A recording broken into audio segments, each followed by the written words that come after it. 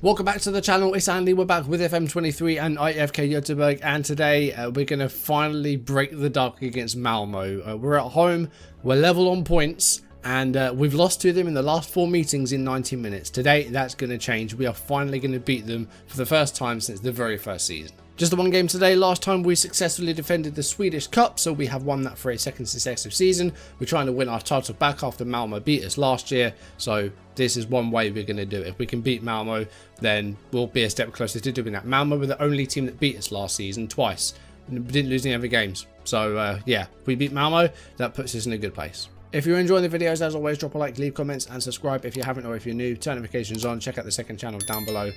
Let's jump into it. Let's just get into it. So yes, last episode we had the Swedish Cup final, which was a 9-goal thriller that ended 5 goals to 4. An absolutely insane final against Hammarby. We were 1-0 down, put it back to 3-1, then they put it back to 3-3. We got it up to 5-3, and then they scored in the 95th minute to make it 5-4. An absolutely mental game. But it did mean that we won the Swedish Cup for the second season in a row, and we will be in Europa League football this coming summer. We played just one competitive fixture off camera, which we'll show you in a second. We've had a long break because the World Cup has been going on in the USA, Canada and Mexico in North America. It's almost finished.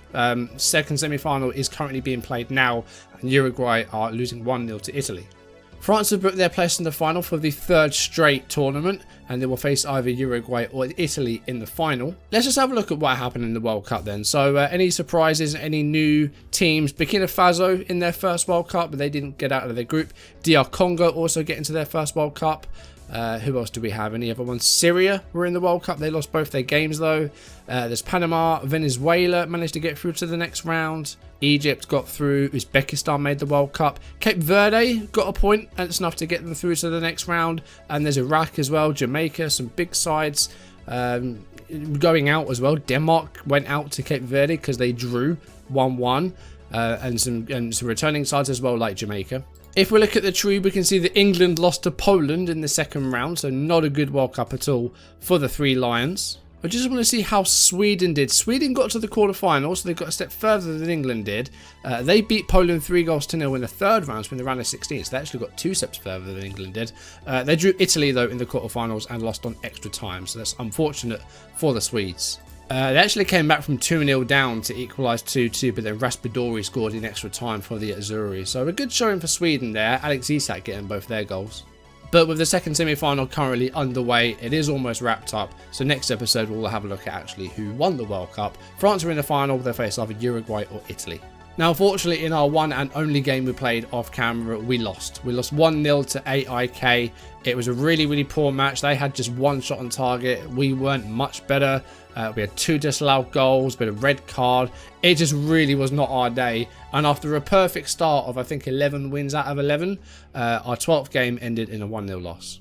And the goal was from a free kick as well. It wasn't even from open play. It was Hussein with the free kick, and it beats the goalkeeper. Kevin Tapia was in goal, by the way, the youngster, and that was the only goal of the game. Ziad Larkesh was a deserved red card. It was a really, really poor challenge on Depardo. Just lunged in and went for him and got the straight red. Rightfully so as well.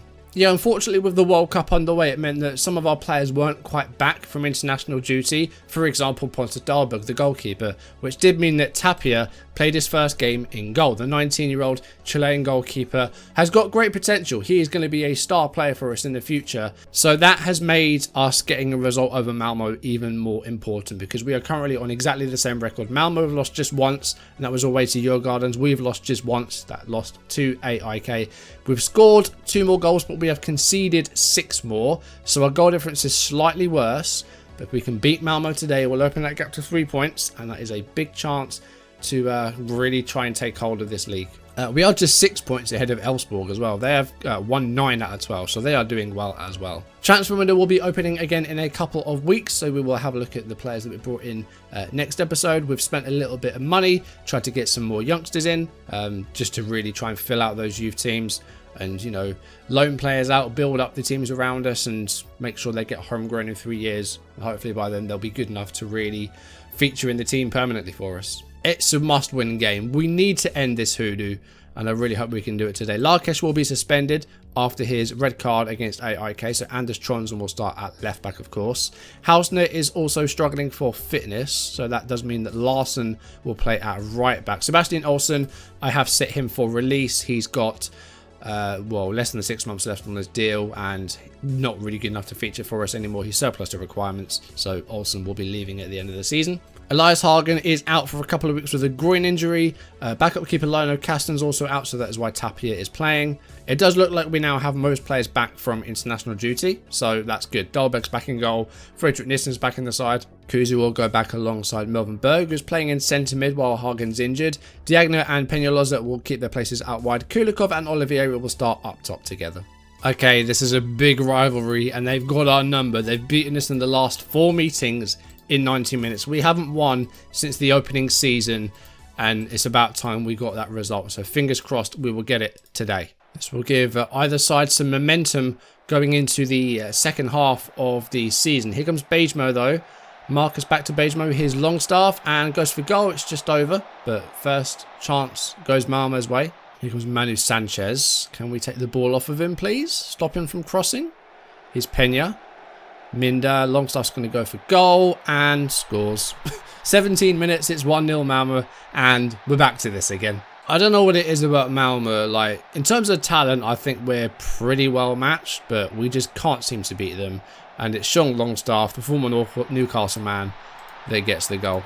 I mean, we are just coming off that defeat to AIK, and I did have a bit of a team meeting with them saying that was just a minor blip. We've won 11 out of 12 games this season. We're doing really, really well.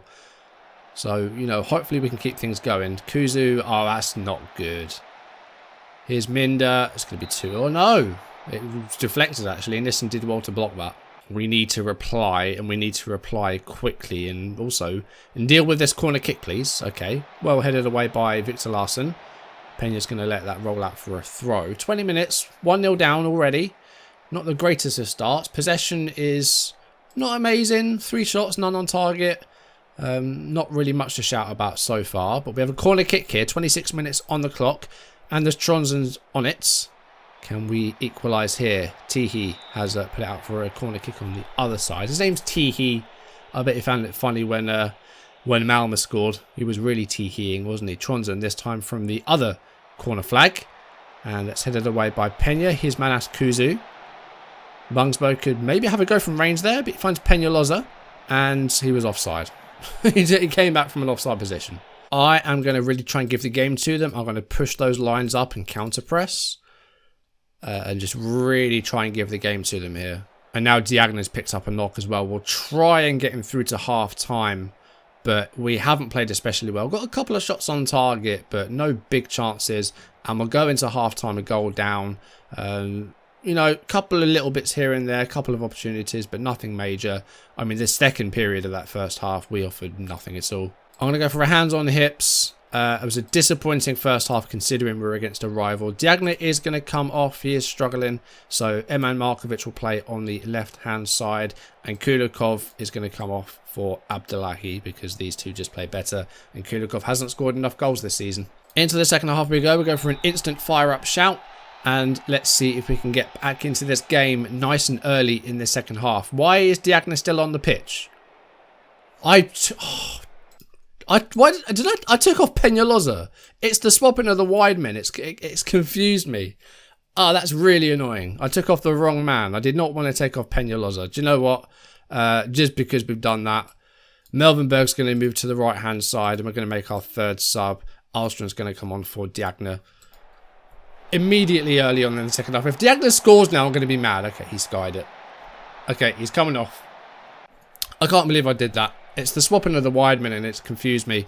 But we haven't played well at all today. We're going to go attacking early in the second half. We need to really give the game to them here. XG's the same. But Malmo's passing is just better than ours. And they're keeping the ball really well. And we just can't get in their edgeways at all. It's really not going our way. I'd take a draw at this point. I just don't want to lose a 5th game. Like, I really don't. Okay, here is Tihi. Olivieri has not made any impact on this game at all. Well, nobody has. Minda goes back to Tihi. Here's Roque. Marcus.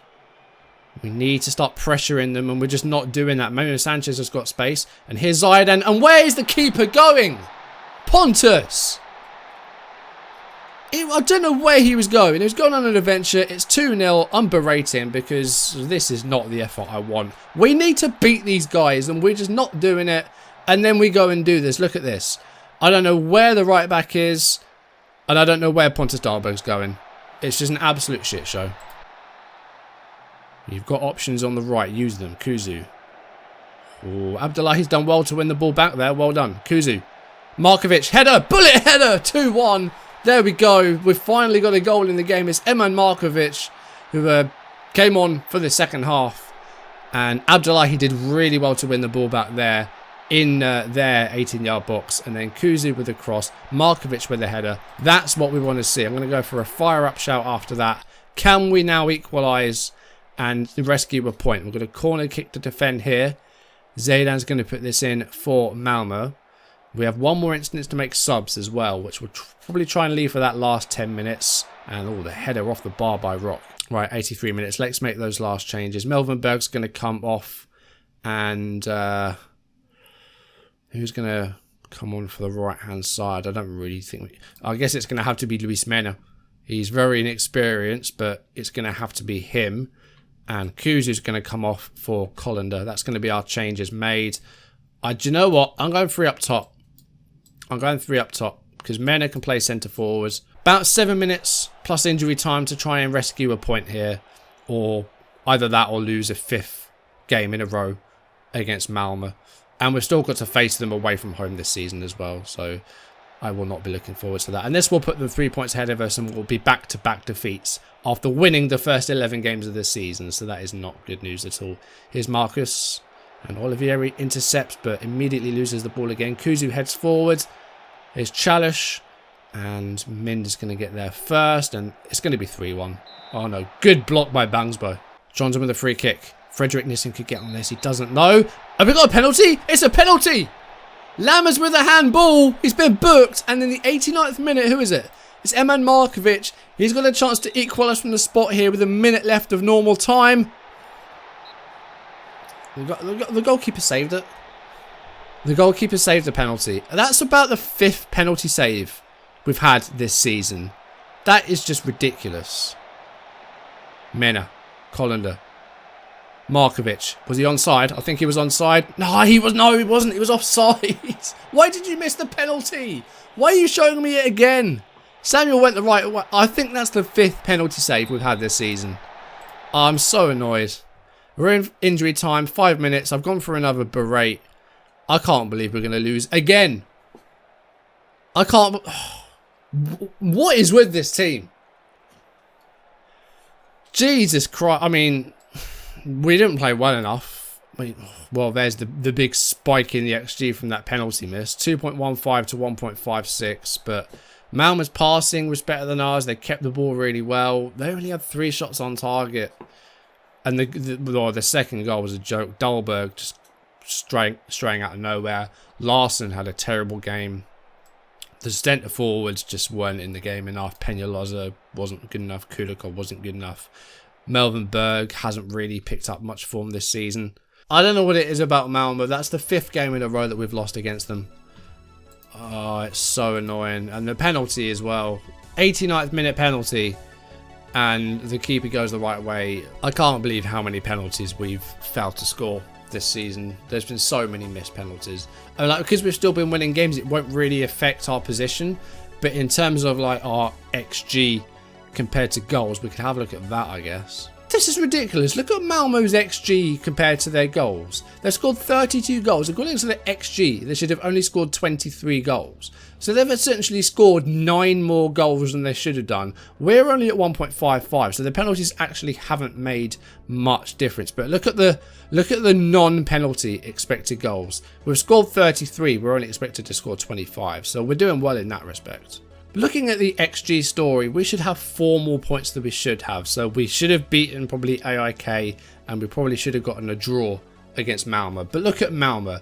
Expected goals, 8 more than they should have done. ended up with 10 points more than they should have done. That's just absolutely crazy. I just don't know how they do it every year. It's just absolutely ridiculous. Like, that is now 5 in a row that we've lost against them in 90 minutes. And we've only scored 3 goals in that time as well. We lost 1-0 away from home. We lost 2-0 at home. We lost 2-1 away from home. We lost 2-0 at home. And now we've lost 2-1 at home. And we've got to face them in Malmo on the penultimate day of the season as well. The penultimate game of the season away against Malmo. And they're now 3 points ahead of us as well. So we're going to need to rely on them to drop some points somewhere else. They've lost just once this season. They've conceded just 6 goals. They're just like a cheat code in the Swedish league, aren't they? Next episode, we're going to be back in European competition in the Europa League qualifying stage. Now, we won the Cup, so that means we are in the Europa League compared to the Europa Conference League if we had lost. We don't know who we're facing yet. We don't actually find out who we're facing until the 20th. 3 days before our first leg. I don't know how you're supposed to prepare for that. But if we have a look at some of the teams that are going to be involved. So second qualifying round. These are the teams that we're going to be sort of up against. And I would fancy myself against most of those sides, I'd say. And we can hopefully get through Europa League qualifying and get all the way to the league phase. If not, we'll be dropping down to the Conference League, and that wouldn't be too heartbreaking. But you know, hopefully we'll get through to a league phase of some sort. But we'll play both legs of our first qualifying round next episode. That is going to do it for today. Thank you for watching. If you enjoyed the video, drop a like, leave comments, and subscribe. If you haven't, or if you're new, turn notifications on. Check out the second channel down below. Not the result we wanted there today. Markovic got the goal back, and we won a penalty, which was saved again. And it's a 5th straight defeat to Malmo in 90-minute matches. So we will end this hoodoo at some point on this save. I do promise that. You know, we're going to beat them at some point. We have to. We can't do this forever. Come on, guys. Really. I mean, we'll have to wait until October to face them again. So we've got a long wait. But hopefully by then we'll still be in the title race. And we can maybe get some revenge and beat them away from home. Fingers crossed. But we'll play some Europa League stuff next episode. For now, thank you for watching. I'll see you soon. Goodbye.